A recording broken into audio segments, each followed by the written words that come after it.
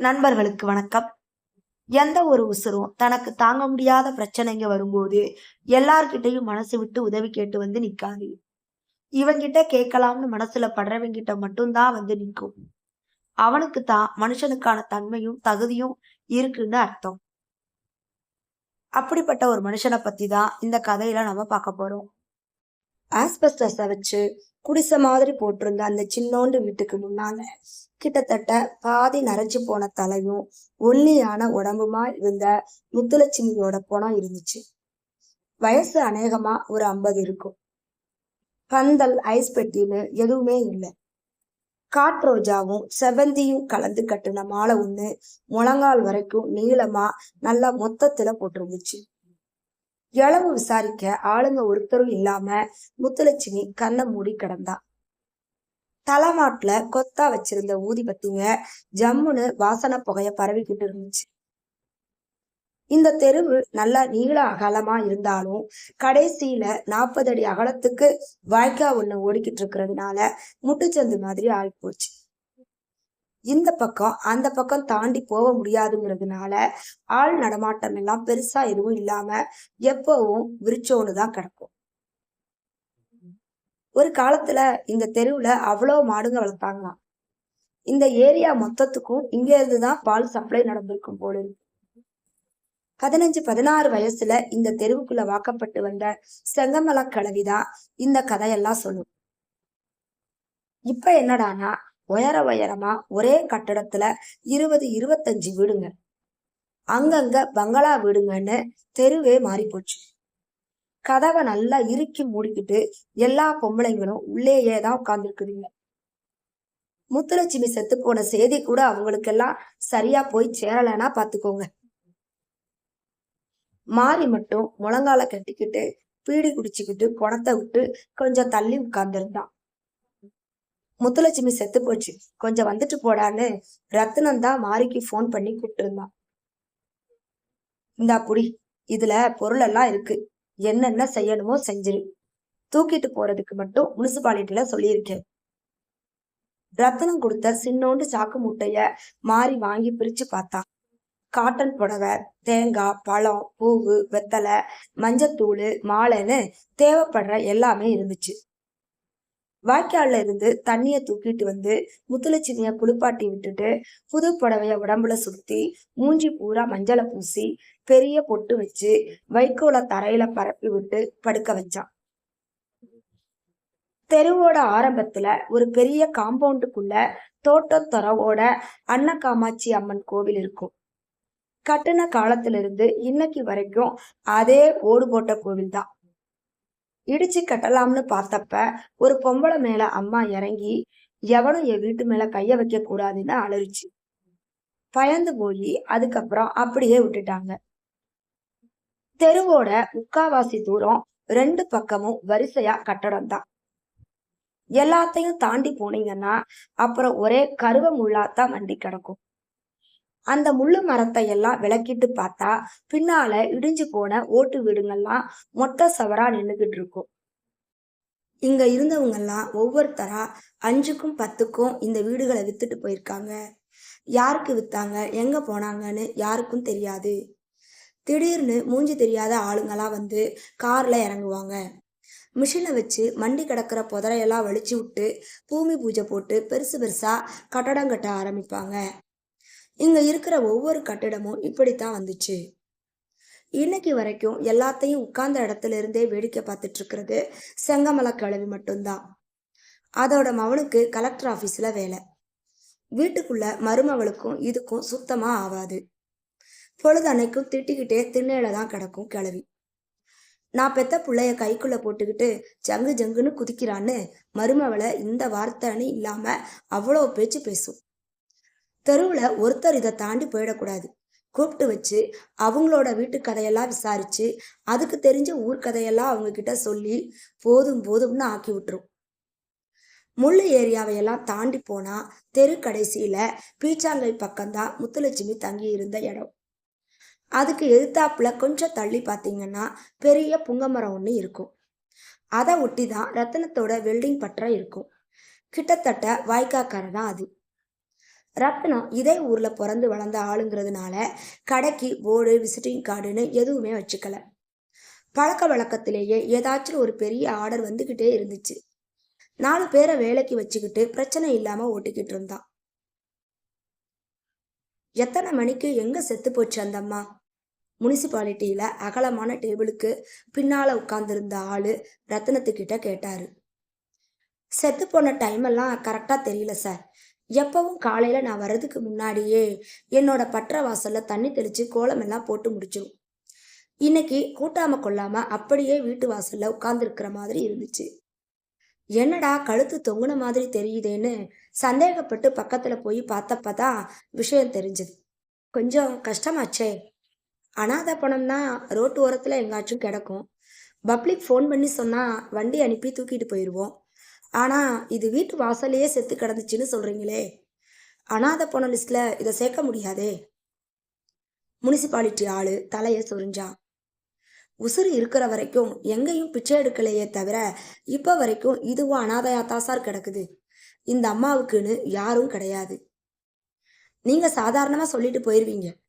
ஒரு வீட்டுல குடியிருந்துட்டு இருக்கிற பொம்பளைய யாரோ சொன்னாங்கன்னு எப்படி அனாதை பணம்னு முடிவு பண்ணுனேன்னு நாளைக்கு எவனாச்சும் கிளம்பி வந்து நின்னான்னு வைங்க, மொத்த பிரச்சனையும் எனக்கு தான்.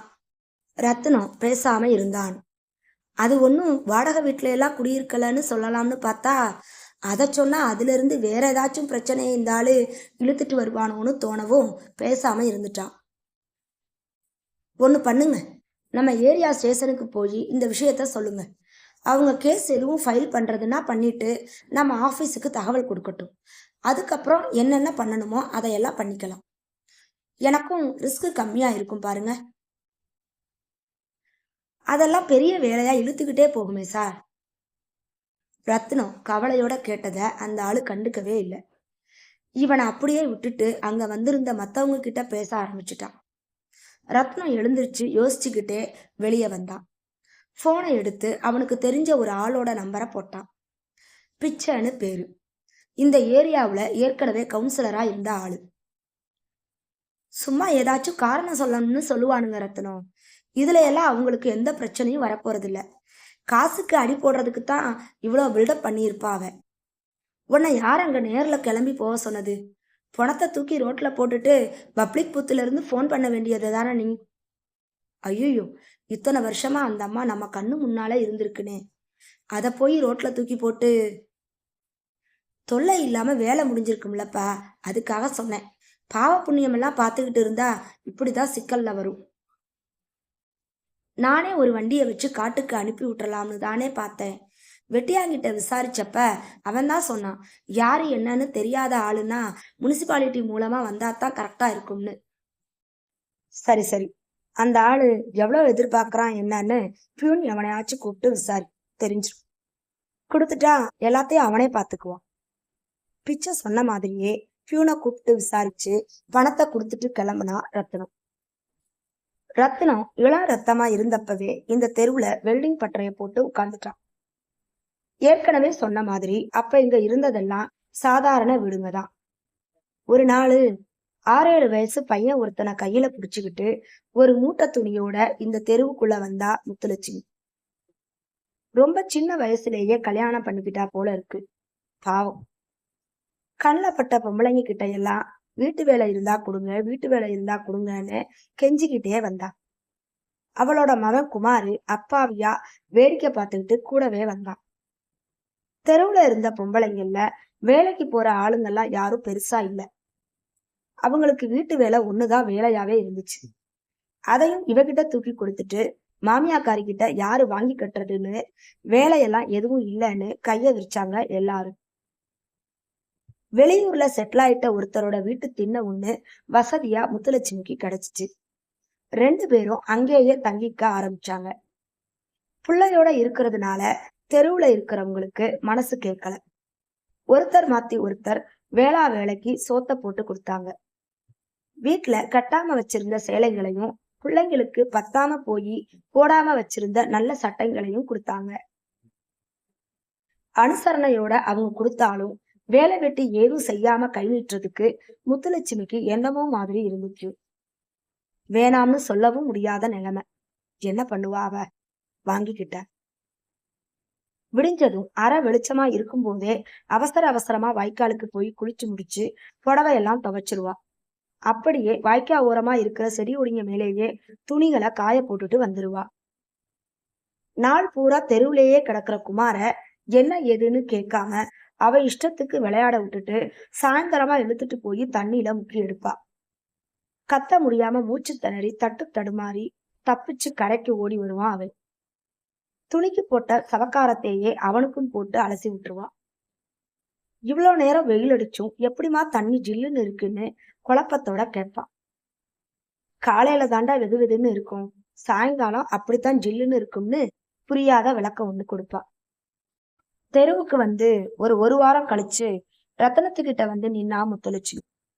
பற்ற வாசலை கூட்டி பெருக்கி கோலம் போடட்டுமான்னு கேட்டா. இந்த பற்றைக்கு எதுக்கு கோலம் எல்லாம்? எப்பேற்பட்ட கோலம் போட்டாலும் இரும்பையெல்லாம் இழுத்து போட்டு வெல்டிங் வேலை செய்ய ஆரம்பிச்சா 10 நிமிஷத்துல எல்லாமே காணாம போயிடும். பதில் சொல்றதுக்கு யோசிச்சவன் வயிற்று பொழப்புக்காக கேக்குறாளே, எப்படி வேணாம்னு சொல்றதுன்னு தயங்கினான். சம்பளம் எவ்வளவு வேணும்? நீங்களா பார்த்து கொடுங்க. அடுத்த நாள் விளக்கமாறு ஒன்னும் டப்பா நிறைய கோலமாவும் வாங்கி கொண்டாந்து வச்சுட்டா ரத்தனம். முத்துலட்சுமி செத்து போனது காத்து வாக்குல தெருவுல இருக்கிறவங்களுக்கெல்லாம் தெரிய ஆரம்பிச்சிருச்சு போல இருக்கு. ஒவ்வொருத்தரா வந்து தூரத்துல நின்னு உச்சி கொட்டிக்கிட்டே பார்த்தாங்க. சில பேரு பக்கத்துல உட்கார்ந்திருந்த மாரிய கூப்பிட்டு எப்படி செத்தான்னு விசாரிச்சுட்டு 50ஓ 100ஓ அவன் கையில திணிச்சிட்டு போனாங்க. எதிர்பாராத வரும்படி அவனுக்கு சந்தோஷமா வாங்கி இடுப்புல சுருட்டிக்கிட்டான். அந்த நேரம் பார்த்து கான்ஸ்டபிள் ஒருத்தர் பைக்ல வந்து இறங்கினாரு. கொஞ்ச தூரத்திலேயே வண்டியை நிறுத்திட்டு நடந்து வந்தாரு. தொப்பிய கலட்டிட்டு கர்ச்சிப்பை வச்சு வழுக்க மண்டைய நல்லா அழுத்தி தொடச்சவரு புறத்துக்கு பக்கத்துல வந்து நின்னு காக்கா மாதிரி தலைய சாய்ச்சு முத்துலட்சுமியோட மூஞ்சிய பார்த்தாரு. திரும்பவும் தொப்பிய போட்டுக்கிட்டே மாறிக்கிட்ட வந்தாரு. அவன் அவசரமா எழுந்திருச்சு வணக்கம் வச்சுட்டு கைய கட்டிக்கிட்டு நின்னான். யார் ரத்தினகுமாரு? இந்த ஏத்தாப்புல பற்ற வச்சிருக்கிறவருங்க ஐயா, வெளியில போயிருக்கிறாரு. நீ? நான் வாழாடியில இருக்கேயா, இதையெல்லாம் ரெடி பண்றதுக்காக வர சொல்லி இருந்தாருங்க. பேரு? மாரியப்பனுங்க. நீதான் இதை குளிப்பாட்டினியா?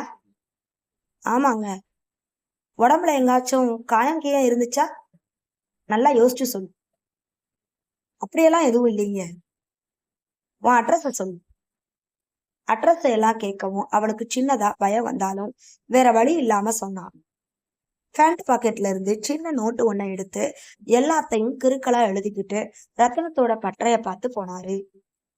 உள்ள இருந்த இரும்பு ஸ்டூலை எடுத்து அவர் வசதிக்கு இழுத்து போட்டுக்கிட்டு உட்கார்ந்தாரு. என்னப்பா, ரத்தனகுமார் தான் பற்ற ஓனரா? வேலை பார்த்துக்கிட்டு இருந்த பசங்களை பார்த்து சத்தமா கேட்டாரு. ஆமாங்க. தண்ணி கொஞ்சம் கொடு. சொம்புல தண்ணிய பிடிச்சு கொடுத்தாங்க பசங்க. குடிச்சு முடிச்சு லேசா ஏப்ப விட்டாரு. எங்கப்பா போயிருக்கிறாரு அவரு? வர லேட் ஆகுமா? இல்ல சார், இப்ப வந்துருவேன். போனை போட்டு சீக்கிரமா வர சொல். ஒரு 10-15 நாள் இருக்கும்.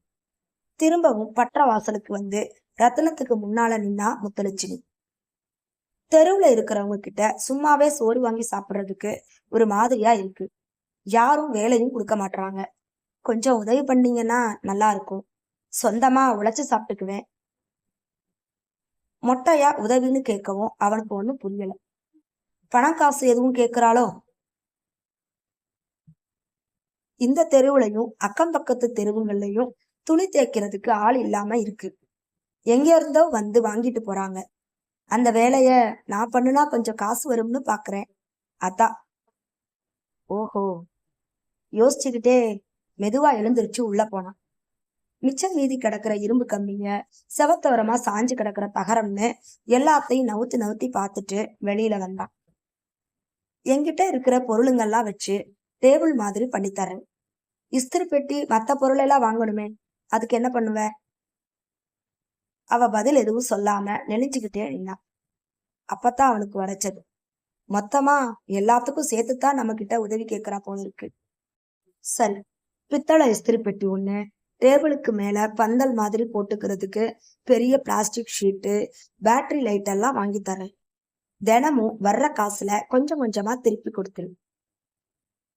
சந்தோஷத்துல கையெடுத்து கும்பிட்டுக்கிட்டு சரின்னு தலையாட்டுனா. சொன்ன மாதிரியே 2-3 நாள்ல விறுவிறுன்னு எல்லாத்தையும் பண்ணி கொடுத்துட்டான். அன்ன காமாட்சிய கும்பிட்டுட்டு வந்து அவ தங்கி இருந்த வீட்டு வாசல் கிட்டேயே கடைய போட்டுக்கிட்டா முத்துலட்சுமி. அவ கணக்கு போட்ட மாதிரியே தெருவுல எல்லார் வீட்டு சட்டையும் பேண்ட்டும் இவகிட்டதான் வந்துச்சு. பட்டு புடவைங்க வரும்போது மட்டும் கொஞ்சம் படபடப்பா இருக்கும் அவளுக்கு. தொழிலுக்கு புதுசுங்கிறதுனால ஏதாச்சும் எக்கு தப்பா ஆயிருச்சுன்னா என்ன பதில் சொல்றதுன்னு பயம். கைய வச்சு சூடு பார்த்து பார்த்து தேய்ப்பா. தேய்க்க ஆரம்பிச்ச 2வது நாள் கையெல்லாம் வலி பின்னி எடுத்துருச்சு. அவளோட துணிய கூட துவைச்சு போட முடியாத நிலைமை. வேற வழி இல்லாம பல்ல கடிச்சுக்கிட்டு வலியோட எல்லாத்தையும் பழக்கப்படுத்திக்கிட்டான். அடுப்பு கறி ஒண்ணுதான் தினச்செலவா இருந்துச்சு அவளுக்கு. மத்தபடி சாப்பாடு, டீ செலவு போக மீதிய ரத்தினத்துக்கு கரெக்டா கொடுக்க ஆரம்பிச்சுட்டா. சில நாளுங்கள்ல துணி கம்மியா வந்துச்சுன்னா அன்னைக்கு மட்டும் காசு கொடுக்க முடியாது, விட்டுருவா. இன்னைக்கு காசு தரலையேன்னு அவனும் என்னைக்கும் கேட்டது கிடையாது. இவளா பார்த்து கொடுக்கறதுதான். எத்தனை நாளைக்கு எவ்வளவு பணம் கொடுக்கணும்னு இது வரைக்கும் எவ்வளவு கொடுத்துருக்கோம்னோ எதுவும் முத்துலட்சுமிக்கு தெரியாது. தினமும் கொடுத்துக்கிட்டே இருந்தா. ஆனா ரத்தினம் அப்படி இல்ல. குடுக்கற காசையெல்லாம் கரெக்டா குறிச்சு வச்சுக்கிட்டான். ஒரு நாள் அவ காசு கொடுக்கும்போது நேத்தோட கணக்கு முடிஞ்சிருச்சு, இனிமே காசு வேணாம்னு சொன்னப்ப அவளுக்கு அப்படி ஒரு சந்தோஷம். வழக்கம் போல ஒரு நாள் செங்கமலம் கிழவியோட வீட்டுக்கு துணி எடுக்க போனா முத்துலட்சுமி. மவனோட துணிங்க எல்லாத்தையும் கொடுத்துட்டு அவளை கொஞ்சம் திண்ணையில உட்கார சொல்லிச்சு அந்த கிழவி. உட்கார்றதுக்கு யோசிச்சா. பரவாயில்ல உட்காருன்னு திரும்ப திரும்ப அழுத்தி சொன்னதும் மெதுவா உட்கார்ந்தா. காப்பி தண்ணி எதுவும் குடிக்கிறியான்னு கேட்டுச்சு. இப்படியெல்லாம் நம்ம கிட்ட பேசுற ஆள் இல்லையே இதுன்னு ரொம்ப ஆச்சரியமா போச்சு அவளுக்கு. இல்ல அதெல்லாம் ஒண்ணும் வேணாம்னு அடுத்ததா குசு குசுன்னு கிளவி ஒண்ணு கேட்டுச்சு. ஆமா, ரத்தனம் தம்பிதான் உனக்கு கடையெல்லாம் வச்சு கொடுத்துச்சாமே, நெசமாவா? எதிர்பாராத கேள்வினாலும் யோசிக்கிறதுக்கு இதுல வேலை இல்லையேன்னு ஆமான்னு தலையாட்டுனான்.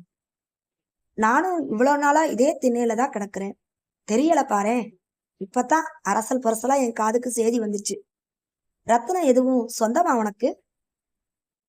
கேள்வி சுத்தமா பிடிக்கல அவளுக்கு. நாம ஒரு அனாத நாயின்னு நல்லா தெரிஞ்சே இப்படி கேக்குதே இது. இல்ல. சரி சரி, சும்மா தான் விசாரிச்சேன், நீ போய் வேலைய பாரு. கிளவி இப்படி கேட்டுடுச்சுன்னு சொன்னா கேக்குறவங்களுக்கு சாதாரணமாத்தான் இருக்கும். ஆனா அது கேட்ட விதம் இருக்கே. துணியை எடுத்துக்கிட்டு அங்க இருந்து நகரவும் முடியாம நிக்கவும் முடியாம கிடந்து நெளிஞ்சா பாவம். அவ ஒரு 4-5 அடி எடுத்து வச்சிருப்பா. அழிஞ்ச கொல்லையில குதிரை மேஞ்சா என்ன, கழுத மேஞ்சா என்னன்னு முணுமுணுத்துச்சு அந்த கிழவி. தலையில இடி இறங்குன மாதிரி இருந்துச்சு அவளுக்கு. கண்ணு கலங்கி போச்சு. இப்பதான் செய்தி வந்துச்சுன்னு சொல்லுதே, அப்படின்னா மத்தவங்க யாரும் இதுகிட்ட தப்பா சொல்லியிருப்பாங்களா? நம்ம கிட்ட கேட்ட மாதிரி ரத்தினத்தையும் ரோட்ல நிறுத்தி கேட்டுச்சுன்னா? நேர்லயே இப்படி பேசுற கிழவி பின்னால என்னென்னலாம் பேசுமோ தெரியலையே. ரத்னத்தோட வீட்டுக்கெல்லாம் வேற மாதிரி எதுவும் செய்தி போய் சேர்ந்துச்சுன்னா என்ன ஆகும்? நமக்கு நல்லது பண்ண போய் இந்த மாதிரி உபத்தரவம் எல்லாம் தேவையா அந்த நல்ல மனுஷனுக்கு?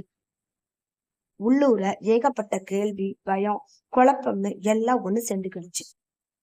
அன்னைக்கு நைட்டு பூரா ஒழுங்கா தூங்காம சும்மா சும்மா முழிக்கிறதும் யோசிக்கிறதுமாவே இருந்தா. ரத்னம் பட்டறைக்கு வந்து சேர்ந்தான்.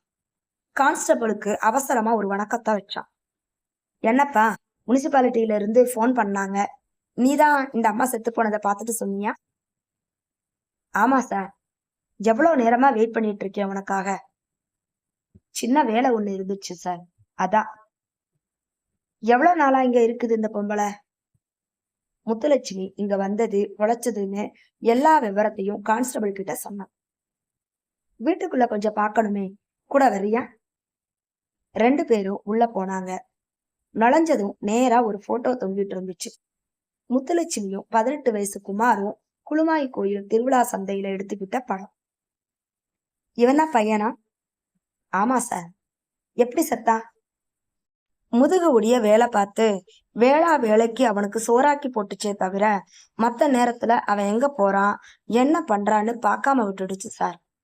அவன் என்னடான்னா தண்ணி கஞ்சா பீடின்னு எல்லா பழக்கத்தையும் பக்காவா கத்துக்கிட்டு பயங்கரமா செட்டு சேர்த்துக்கிட்டு சுத்த ஆரம்பிச்சுட்டான். கொஞ்ச நாள்லயே எல்லாம் ஓவரா போயிருச்சு. அது சம்பாதிக்கிறதையெல்லாம் 5 பைசா விடாம எடுத்துட்டு போயிருவான். அழுது புரண்டு காலில் விழுந்து கூட கெஞ்சி பார்த்துருச்சு. நானும் எத்தனையோ தடவை மிரட்டி பார்த்தேன். எதுக்கும் மசியல சார் அவன். ஒரு நாள் பஸ் ஸ்டாண்டு பக்கத்துல ரிக்ஷாவில செத்து கிடந்தான்னு சொல்லி வீட்டுல கொண்டாந்து போட்டுட்டு போனாங்க சார். சுத்தி முத்தி வீட்டை பார்த்தாரு கான்ஸ்டபிள். வீட்டுல பொருளெல்லாம் எதுவும் இல்ல போல இருக்கே. ஒரு அயன் பாக்ஸும் இங்க கிடக்குற 4-5 புடவையும் தான் சார் அதோட சொத்தே. புருஷன் எங்க இருக்கான் என்ன ஏதுன்னு எதுவும் தெரியுமா? அத பத்தி எல்லாம் இத்தனை வருஷத்துல எதுவும் சொன்னது கிடையாது சார். இத தேடி யாரும் வந்ததும் கிடையாது. வீடு சொந்தமா இல்ல வாடகைக்கு இருந்துச்சா? எப்படி சொல்றதுன்னு யோசிச்சான்.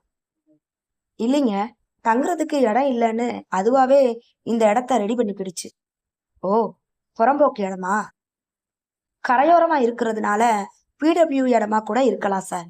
எனக்கு அதை பத்தி விவரம் தெரியல. சரி சரி, என்னைக்காச்சும் இந்த பொம்பளைய பத்தி யாரும் வந்து விசாரிச்சாங்கன்னா இந்த வீட்டுலதான் இருந்துச்சுன்னு எதுவும் சொல்லிக்காத.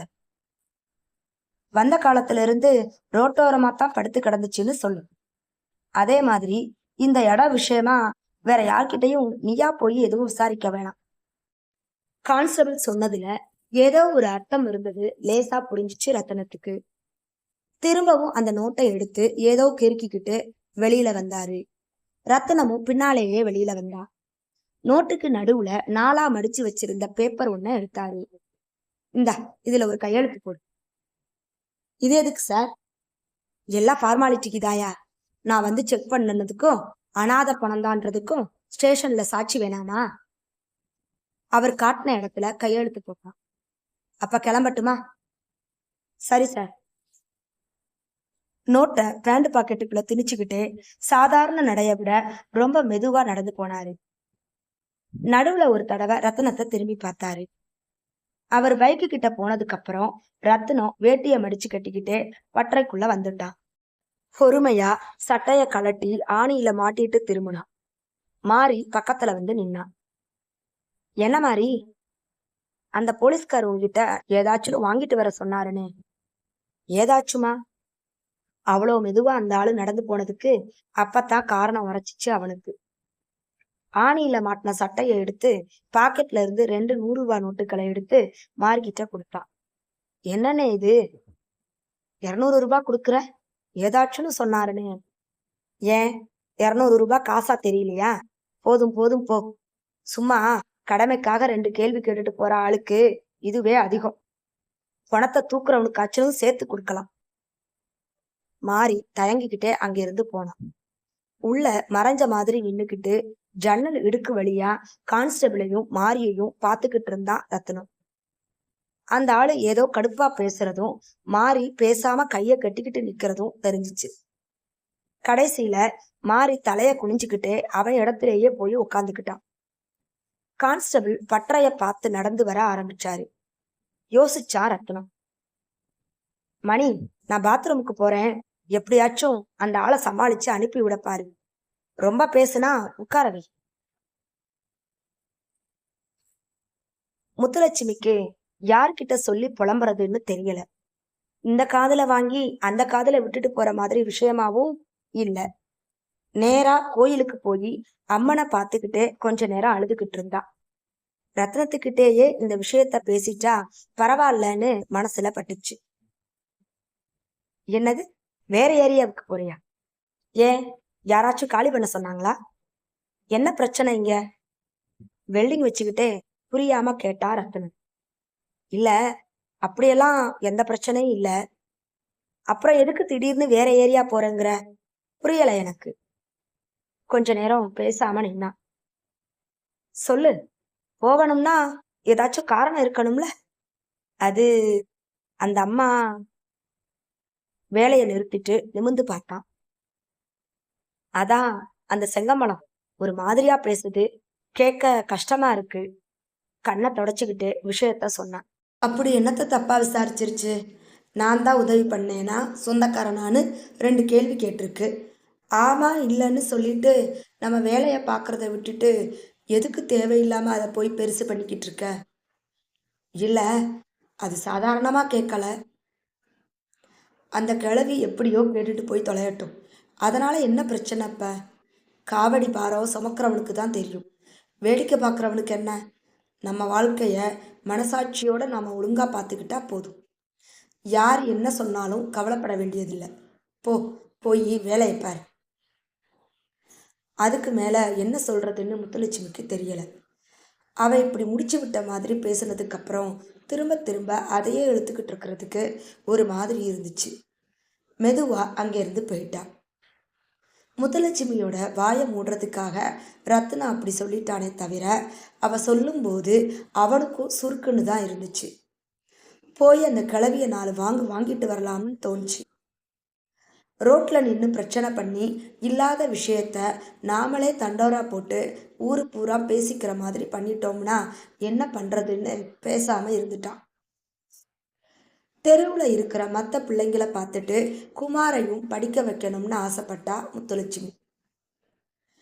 4-5 தெருவுங்க தள்ளி இருந்த ஓட்டு பள்ளிக்கூடத்துக்கு கூட்டிட்டு போனான். ஏமா, கவர்மெண்ட்டே சோறு போட்டு படிக்க வைக்குது.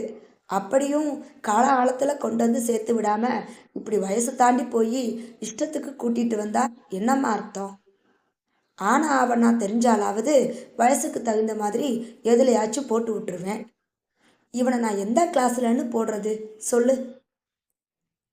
சலிப்போட தாவாங்கட்டையில கைய வச்சுக்கிட்டு யோசிச்சாரு ஹெட்மாஸ்டர். இவளுக்கும் என்ன பதில் சொல்றதுன்னு தெரியல. 2 நாள் கழிச்சு வாமா, சொல்றேன். ஸ்கூலுக்கு போறேன்னு பார்க்குற பசங்க கிட்ட எல்லாம் பூரிப்பா சொல்லிக்கிட்டே வந்த குமாரோட மூஞ்சி பயங்கரமாக வாடி போச்சு. அதை பார்த்ததும் அவளுக்கும் பொசுக்குன்னு கண்ணில் தண்ணி வந்துருச்சு. கவர்மெண்ட் ஸ்கூலு தானே, அழைச்சிட்டு போனா அப்படியே சேர்த்துக்குவாங்கன்னு அசால்ட்டா போனவளுக்கு இப்படியெல்லாம் பதில் வரும்னு தெரியாம போயிருச்சு. பாத்ரூம்ல இருந்து வந்த ரத்னம் வாசல்ல கான்ஸ்டபிள் நின்றுக்கிட்டு இருக்கிறத பார்த்ததும் தயங்கிக்கிட்டே பக்கத்துல போனான். சொல்லுங்க சார். என்ன இது, இவ்வளோதான் கிடைச்சதுன்னு ஸ்டேஷன்ல போய் சொன்னா இன்ஸ்பெக்டர் எஸ்ஐ எல்லாம் நம்புவாங்களா? நான் அமுக்கிட்டேன்னு நினைக்க மாட்டாங்க? ஏன்பா, போலீஸுக்குன்னு ஒரு மரியாதை மினிமம் அமௌண்ட்டாலாம் ஒன்றும் இல்லையா? கொடுத்து வச்ச மாதிரி அந்த ஆளு கேட்கவும் கோவம் சுள்ளுன்னு வந்துருச்சு அவனுக்கு. சார், சொல்கிறேனேன்னு தப்பாக எடுத்துக்காதீங்க.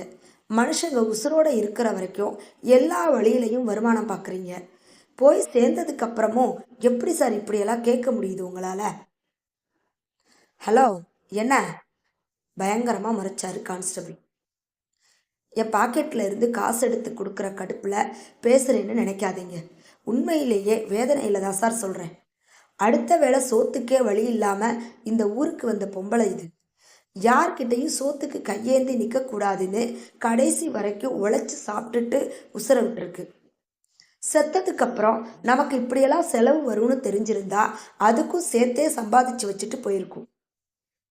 சொல்லிக்கிட்டே 1000 ரூபாயை எடுத்து நீட்டுனா ரத்னம். அதோட சாவுல யாருக்கும் குறை வைக்க வேணாமேன்னு நினைக்கிறேன் சார். இந்தாங்க, சந்தோஷமா போங்க. அவன் அவ்வளோ பேசுனதுக்கு அப்புறமும் அந்த காசை வாங்கலாமா வேணாமான்னு கொஞ்சம் கூட உறுத்தலெல்லாம் இல்லை அந்த ஆளுக்கு. யோசிக்காம வாங்கிக்கிட்டாரு. பட்டறையில் வேலை பார்க்குற பசங்க அத்தனை பேரும் ரொம்ப கேவலமாக பார்த்துக்கிட்டு இருந்தானுங்க. எதை பற்றியும் கவலைப்படாமல் பணத்தை பாக்கெட்டில் வச்சுக்கிட்டு பைக்கு பக்கத்தில் போய் நின்று ஃபோனை கையில் எடுத்தார். செல்வம், தேவி தியேட்டருக்கு முன்னால் லெஃப்டில் ஒரு தெரு போகுதுல்ல? ஆமாம் ஆமாம், திலகவதி தெரு தான்.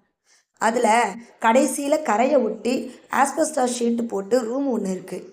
அதை கொஞ்சம் பக்கா பண்ணி காம்பவுண்டு இரும்பு கேட்டெல்லாம் போட்டு விடணும்.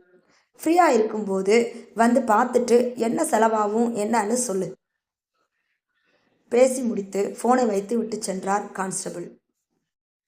அன்னைக்கு நைட்டு மணி ஒரு 7, 7:30 இருக்கும். மழைனா மழை, அப்படி ஒரு மழை. பேய் காத்து மாதிரி அடிச்சுக்கிட்டு மழை கொட்டுனதுல இஸ்திரி டேபிளில் பரப்பி வச்சிருந்த ஜமுக்காலம் எல்லாம் சுத்தமாக நனைஞ்சு போச்சு. தேய்க்கிறதுக்காக வாங்கி வச்சிருந்த துணியெல்லாம் பறந்து கறந்து வாய்க்கா பக்கம் போயிருமோன்னு அவசர அவசரமாக எல்லாத்தையும் சுருட்டிக்கிட்டு ஓடுனவ நனைஞ்சிடாம திண்ணையில் ஒரு ஓரமாக பத்திரப்படுத்தினான். ஆறு மாதிரி தண்ணி ஓடிக்கிட்டு இருந்த அந்த நேரம் வாசல்ல கார் ஒன்று மெதுவாக வந்து நின்றுச்சு. மழை எவ்வளோ கனமாக பெய்யுதுன்னு காரோட லைட்டில் நல்லா தெரிஞ்சிச்சு. நின்ன கார்ல இருந்து ரொம்ப நேரமா யாரும் இறங்கலையேன்னு பார்த்துக்கிட்டே இருந்த முத்துலட்சுமி, அம்மா காருமா காருமான்னு குமார் வேற மூச்சு விடாம சொல்லிக்கிட்டே இருந்தான். தெரியுதுடா, சும்மா இருன்னு அதட்டுனா. கொஞ்ச நேரம் கழிச்சு பின்பக்க கதவை திறந்துக்கிட்டு ஒரு பெரிய கொடை வெளியில வந்துச்சு. 60 வயசு ஆளும் அவரோட பொண்டாட்டியும் நனைஞ்சிடாம வண்டியை விட்டு இறங்கி நிதானமா படியேறி திண்ணைக்கு வந்தாங்க. வழுக்கி விட்டுற போகுதுன்னு பார்த்து பார்த்து வந்தவங்களுக்கு நிமிந்து முத்துலட்சுமியை பார்த்ததும் குழப்பம். இவளுக்கும் அவங்கள பார்த்து குழப்பம். யாருமா நீ? அவர் கேட்டார். இப்படி கேட்ட உடனேயே அவளுக்குள்ள ஒரு யூகம் வந்துருச்சு. இந்த வீட்டுக்காரங்களாத்தான் இருக்கணும்னு. லேசா படபடன்னு வந்துச்சு அவளுக்கு. பொழப்பு தேடி இந்த ஊருக்கு வந்தேங்க. வேலை எதுவும் கிடைக்கல. பிள்ளைய வச்சுக்கிட்டு வேற வழி தெரியாம இந்த திண்ணையிலேயே தங்கி அன் பண்ணிக்கிட்டு. அப்படியா? சரி சரி, நாங்க தான் இந்த வீட்டு ஆளுங்க. இப்ப இந்த வீட்டை வேற ஒருத்தருக்கு விலை பேசியிருக்கோம். அநேகமா ஒரு வாரத்துல பத்திரம் பண்ற வேலையெல்லாம் முடிஞ்சிடும்.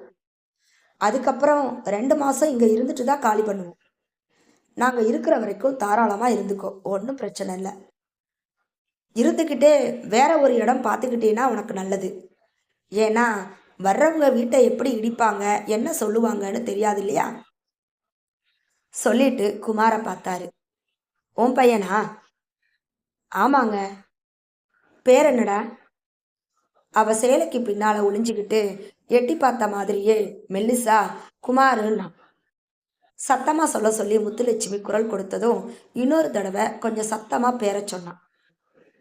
பத்மா, அவனுக்கு பழம் பலகாரம் எல்லாம் எடுத்து கொடு, பையில வச்சிருக்கேன் பாரு. சொல்லிட்டு அவர் பூட்டை திறக்க ஆரம்பிச்சாரு. அந்த அம்மா பையில இருந்து பலகாரத்தை எல்லாம் ஒவ்வொன்றா எடுத்து வச்சிச்சு. இது வரைக்கும் அவன் பார்த்துடாத இனிப்பு காரம் எல்லாம் நிறைய அதுல இருந்துச்சு. 2 பேரும் உள்ள போனதும் முத்துலட்சுமிக்கு மனசு கனத்து போச்சு. இத்தனை நாளா இந்த ஒரு பிரச்சனை இல்லாம இருந்துச்சே, இனிமே புதுசா எங்கன்னு போறது? எந்த உறுத்தலும் இல்லாம அவ வீட்டு தின்ன மாதிரியே நிம்மதியா படுத்து எழுந்துக்கிச்சிட்டு இருந்தவளுக்கு அன்னைக்கு நைட்டு இருப்பு கொள்ளல. சின்னதா ஒரு சத்தம் கேட்டாலும் அவங்க தான் வெளியில வர்றாங்களோன்னு நினைச்சு முழிச்சு முழிச்சு வாசலை பார்த்தான். அவங்க சொன்ன 2 மாசம் மனசுல நிக்காம நாளைக்கே காலி பண்ண சொன்ன மாதிரி ஒரு பதட்டத்திலேயே இருந்தா. காலையில வேலையா ரத்தினத்தை பார்க்கணும்னு முடிவு பண்ணினான். பிரச்சனையை சொன்னோம்னா என்னால் என்ன பண்ண முடியும், இதையே என்கிட்ட வந்து சொல்கிறேன்னு ஜகா வாங்குற ஆள் அவன் இல்லைன்னு அவளுக்கு தான் நல்லா தெரியுமே. எப்பவும் கோலம் போட்டு முடிச்சுட்டு துணி தேய்க்க ஆரம்பிக்கிறவ அன்னைக்கு அவனோட பற்ற வாசல்லையே உட்காந்துட்டான். வழக்கம் போல வேலை செய்கிற பசங்க வந்து பற்றையை திறந்ததுக்கப்புறம் 1/2 மணி நேரம் கழித்து ரத்தினம் வந்தான். விஷயத்த சொன்னான். அதான் பெரிய மனசு பண்ணி அவங்க இருக்கிற வரைக்கும் இருக்க சொல்லியிருக்காங்கல்ல, அப்புறம் ஏன் இவ்வளோ கவலைப்படுற? ஏதாச்சும் வழி பண்ணுவோம். விடியிறப்ப இருந்த பயம் சடார்னு ஒரு நொடியில இறங்கி பெருசா பெருமூச்சு வந்துச்சு அவளுக்கு. ரத்தினம் ஒரே வாரத்துல ஏற்பாடு பண்ண ஆரம்பிச்சிட்டான். ஞாயிற்றுக்கிழமை பற்ற லீவுங்கிறதுனால அன்னைக்கு பசங்களை வர வச்சு எதிர்த்தாப்புல இருந்த இடத்துல முள்ளையெல்லாம் கிளீன் பண்ணினான். உபயோகப்படுத்தி கலட்டி போட்ட ஆஸ்பெஸ்டாஸ் பலகைகளை காசு கம்மியாக கொடுத்து வாங்கிட்டு வந்து இரும்பு பைப்புகளை வலுவாக ஊனி கூரையாக போட்டான். அதே சிமெண்ட் பலகைகளை 4 பக்கமும் செவரு மாதிரி வச்சு கொஞ்சம் கூட இடைவெளி இல்லாமல் மறைச்சி கொடுத்தான். வார்டு எலெக்ஷன் வரப்போகுது. எம்எல்ஏ எம்பி எல்லாம் ஓட்டு கேட்டு வருவாங்க. அந்த நேரம் பார்த்து இந்த இடத்துக்கு பட்டா வேணும்னு கேட்டுப்பாரு. 10க்கு 10 இடம்தானாலும் அந்த வீட்டை அவளோட அரண்மனை மாதிரி அப்படி ஒரு பூரி போட பார்த்தா முத்துலட்சுமி. குமாருக்கும் சந்தோஷம் தாங்க முடியல. வீட்டுக்குள்ள ஓடுறதும் வெளியில ஓடியாறதுமா இருந்தான். செங்கமலம் கிழவியோட வீட்டை தாண்டி போகும்போது ரத்னம் நின்று அதை பார்த்தான். வண்டியை நிறுத்தி சைடு ஸ்டாண்டு போட்டுட்டு திண்ணையில அதுக்கு பக்கத்துல போய் மெதுவா உட்கார்ந்தான். இவன் எதுக்கு வந்து உட்கார்றான்னு அதுக்கு ஒண்ணுமே புரியல. முத்துலட்சுமி தங்குறதுக்கு இடம் இல்லைன்னு என் பற்றைக்கு வந்து அழுதுச்சு. எதிர்த்தாப்புலேயே நான் தான் ரெடி பண்ணி கொடுத்துருக்கேன். இதுல உனக்கு ஏதாச்சும் சந்தேகம் இருந்தா இப்பவே என்கிட்டயே நேரா கேட்டுக்க. முத்துலட்சுமி கிட்டேயோ ரோட்ல போறவங்க வரவங்க கிட்டேயோ இது விஷயமா எதுவும் கேட்க வேணாம்னு சொன்னான். கிழவிக்கு ஒரு மாதிரி ஆயிப்போச்சு. கருப்பு கலர் மோட்டார் வண்டி தெருவுக்குள்ள வந்துச்சு. சைடுல அமரர் ஊர்தின்னு எத்தனையோ வருஷத்துக்கு முன்னால எழுதி இருந்தது லேசா தெரிஞ்சிச்சு. பால்கனியில நின்றுக்கிட்டோம் வாசல்ல இருக்கிற பெரிய இரும்பு கதவுகளை லேசா நீக்கி வச்சுக்கிட்டோம் பெரிய இடத்து பொம்பளைங்க எல்லாம் சத்தம் இல்லாம வேடிக்கை பார்த்துக்கிட்டு இருந்தாங்க. சின்ன பையன் மாதிரி இருந்த அந்த டிரைவரு முத்துலட்சுமியை தாண்டி போய் வண்டியை ஓரங்கட்டி நிறுத்தினான். காக்கி சட்டை போட்டிருந்த 2 பேரு முன்னால சீட்ல இருந்து குதிச்சு இறங்குனாங்க. பனியனோட இருந்த ரத்னம் பற்றைய விட்டு வெளியில வந்து முத்துலட்சுமி கிட்ட வந்து நின்னு பார்த்தான். மனசெல்லாம் என்னவோ மாதிரி இருந்துச்சு அவனுக்கு. திரும்பி தெருவை பார்த்தான். வேன்ல வந்த காக்கி ட்ரெஸ் ஆளுங்க இங்கே இருந்து நடந்து தெருவில் இருக்கிற வீட்டுக்கு போயிருந்தாங்க. வீட்டு கதவுகளை பலமா தட்டி அனாதை பணம் கொண்டு போறோமா ஏதாச்சும் கொடுங்கன்னு குரல் கொடுத்துட்டு நின்றுட்டு இருந்தாங்க. இதையே வரிசையா ஒவ்வொரு வீட்லையும் பண்ணிக்கிட்டே வந்தாங்க அவங்க. எழுந்திருக்க முடியாம படுத்த படுக்கையா கிடந்த செங்கமலம் கழுவி பக்கத்துல கிடந்த அதோட குச்சியை எடுத்து தரையில தட்டி காக்கிங்களை கூப்பிட்டுச்சு. சுருக்கு பைக்குள்ள கைய விட்டு தட்டு தடுமாறி 10 ரூபாயை எடுத்து நீட்டுச்சு. கலெக்ஷனை முடிச்சுட்டு வந்த ஆளுங்க பணத்தை எல்லாம் ஒரு பிளாஸ்டிக் கவர்ல போட்டு டிரைவர் கிட்ட கொடுத்தாங்க. வாங்கி பக்கத்துல வச்சுட்டு முத்துலட்சுமியை ஏத்துட்டு போறதுக்கு வசதியா வண்டியை திருப்பி நிறுத்தினா அந்த பையன். உசுரை காப்பாத்துறதுக்கு என்ன தேவையோ அதை மட்டும் சம்பாதிச்சுக்கிட்டு இருந்தவன் ஒன்ன வச்சு எத்தனை பேரு எப்படியெல்லாம் இப்ப சம்பாதிக்கிறாங்க பாரு மனசுக்குள்ள சொல்லிக்கிட்டான் ரத்னம். வேன் கதவை திறந்து 2 பக்கமும் கைப்பிடி வச்ச நீள தகரத்தை இறக்கி முத்துலட்சுமிக்கு பக்கத்துல வச்சாங்க. ஏன்பா நடுவில் ஒரு கை போடு. மாரியை பார்த்து அவங்க சத்தம் கொடுத்தாங்க. ஓட்டமும் நடையுமா வந்து அவங்க சொன்னதை செஞ்சான். முத்துலட்சுமியை தூக்கி தகரத்துல படுக்க வச்சுட்டு காக்கி சட்டைங்க 2ம் ரத்தினத்தை பார்த்துச்சு.